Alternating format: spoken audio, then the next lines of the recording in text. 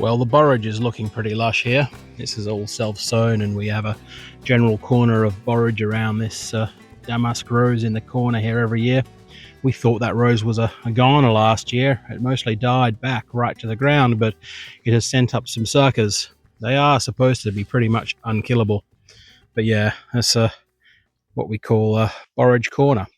We don't really call it that, but I just made that up. Our neighbours have nice little rows of things going in here. They're very efficient, these guys. They just get their rows of stuff in, they plant it, they harvest it. Unlike us with our dicking about with raised beds and stuff.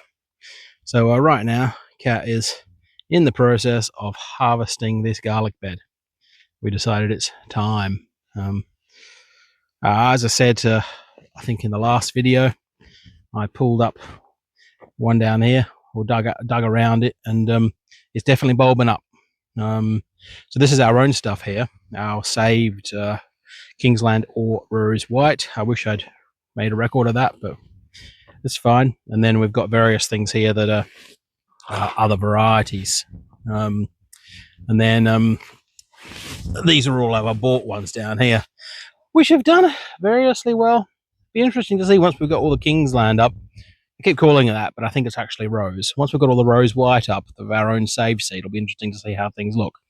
And then we had some sort of bought commercial Kingsland White down the end there, which is these sort of nutty looking bulbs, and we're a bit worried. We look like we might have some white rot, and some of them weren't looking fantastic.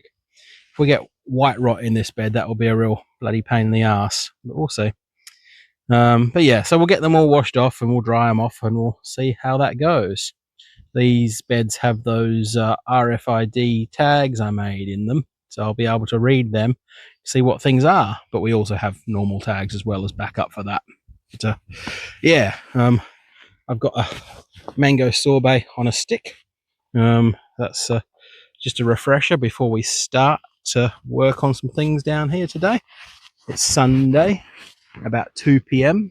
I can't remember what day of June it is. Must be the 14th or something.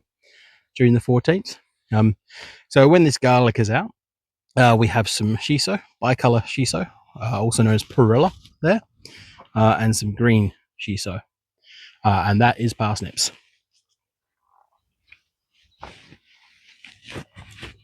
Over in the Three Sisters bed, things are looking kind of mixed. The what do you call them again? The padrons have kind of panicked and dropped all their leaves and don't look very happy. So we have to make sure we get them plenty of water. Chilies will bounce back from something like that, but we'll see. We'll see. I'm not really sure about all our corns, our baby corns and our sweet corns. They are growing. They're perking up, but again, time will tell. The pumpkins are doing pretty well in the middle there. Tomatillos are doing okay down the side, and the lupins down the end there are looking absolutely terrible. So my main job today is to hopefully get the rest of this glass into this side of this greenhouse, and then start working on the door. Everything in here is looking not bad. We came down yesterday and watered, and yeah, water management with all this dry and warmth at the moment is definitely something we need to get right on top of. You're gonna have to water pretty regularly with cupboard spaces like this. We had yesterday when we came down, some things were looking pretty sad. Not quite as sad as those padrons, but there was a bit of a sadness to the theme. Things in the polytunnel weren't so bad. This is not open yet, but I'll be getting in there a moment because I've got to get the water hooked up and we'll start refilling our water butts. So yeah, first job, refill water butts. 0th job, eat my mango sorbet before it entirely melts all over my fingers. And then the job after that is back on with the greenhouse. We're getting there. Okay, time to crack on with it. Now we have a big empty bed ready to put some new plants into. Kat has done an epic job pulling up all of our garlic harvest that we've been growing over the winter since October, I think, maybe November. there's a video about that at some point.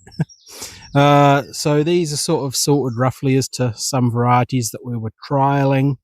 Rhapsody, some new Kingsland White, seed garlic, and Maddock White, I think. They all look fairly similar, decent bulbs, those ones. But down this end of the bed in general, we may have some white rot setting in, which is a worry. It was mostly just down this corner, and it might have come on those Kingsland White bulbs, maybe. We're not sure. We don't know, obviously. There's no way of knowing. There wasn't so much down that end. Was there any white rot down that end, Kat? No, so there basically wasn't any down that end. So that was all our own, as we're calling it, KY white garlic bulbs. I think it's possibly all rose white, because I looked up what we bought that year, and I think it was all rose white. So what we're probably going to do in future with the garlic is rotate it into the next beds. So next year, rather than this being the garlic bed for the 5th year in a row, we'll have garlic covering this half of those 2 beds in front of me there. But they're looking pretty good. Kat's been cleaning them up. This is this our rose? Yeah, so that's our whites as such. And there's some pretty good looking bulbs there. Of course, that is just a few of them. The pile of garlics we now have is massive. So it's a bigger harvest than last year. We haven't even harvested the stuff in the polytunnel yet, of course. And Kat has been sort of cleaning and prepping it. And as you can see, there's some here hanging. So that will sort of dry and cure in here. As you can see on this, the rust had really settled in on these. There wasn't much else happening. But you can see from these bulbs, they're definitely plump and ready. And so there's still the garlic in here to harvest, obviously. Here's some more of the harvest. This is the Colk White. Not too happy with them. We're not even sure if they've bulbed out, but they kind of just had to come out. So they came out. But yeah, not so sure about the Colk White. That's the, what do you call them, shallots. The Longor shallots grown from our own seed. And there's more over here. Just giving it a little bit of a blast with the hose to get the worst of the dirt off before we dry them out. But yeah, that is the garlic harvest. And my big achievement for the day is that this wall is done.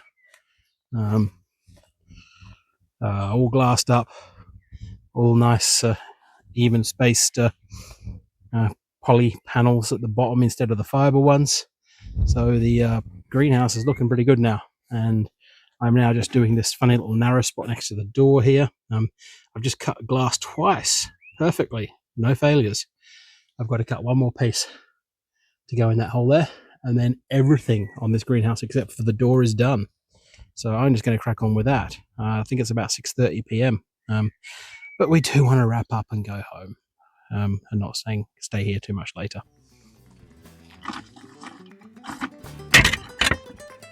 Oh yeah.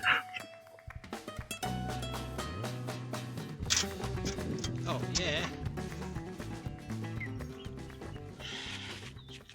First thing that's gone on the end of what was the garlic bed are some shisos.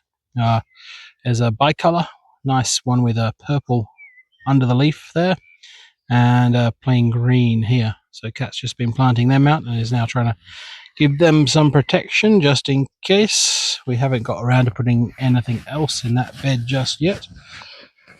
And nothing has really happened in the polytunnel today, but aside from putting those garlics out to dry, which I filmed earlier, we really need to pull these things out of the ends of these 2 beds so we can get those extra chilies in.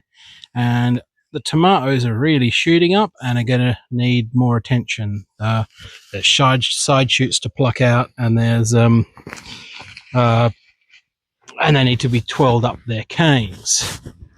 But the big news for today is the greenhouse is all but done. It's the only thing that's not done really is the shelves and the actuators on the sky,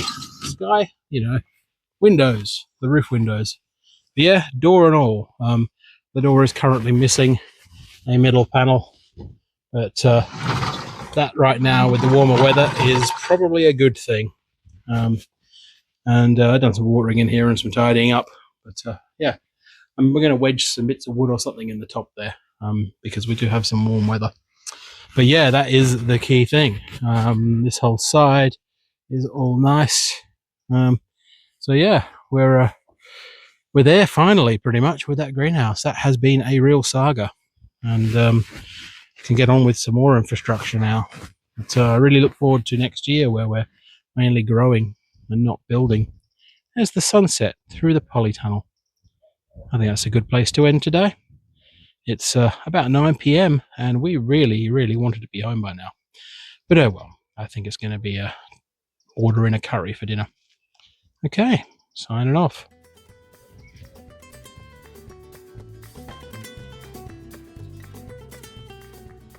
It's the evening of Wednesday, the 18th of June, and Divine Providence gave us a pigeon. So I have seared pigeon breasts, and we decided we're going to make a salad. Lettuce of 2 varieties from the Allotment,